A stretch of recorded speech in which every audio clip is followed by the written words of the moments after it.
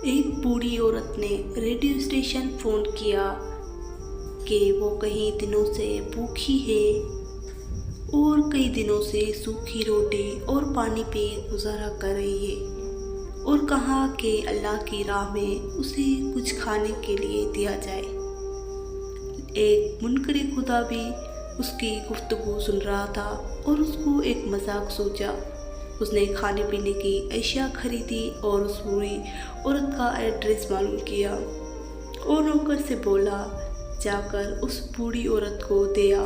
जब वो पूछे कि किसने भेजा है तो बताना कि शैतान की तरफ से तोहफा है।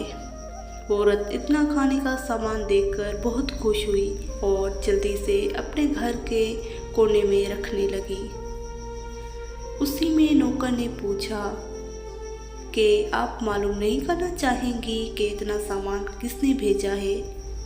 ये सुनकर वो खातून बोली, मुझे उसकी कोई परवाह नहीं कि किसने भेजा है, मगर इतना ज़रूर मालूम है जब मेरे रब का हुक्म आता है तो शैतान भी हुक्म की तामीर करता है।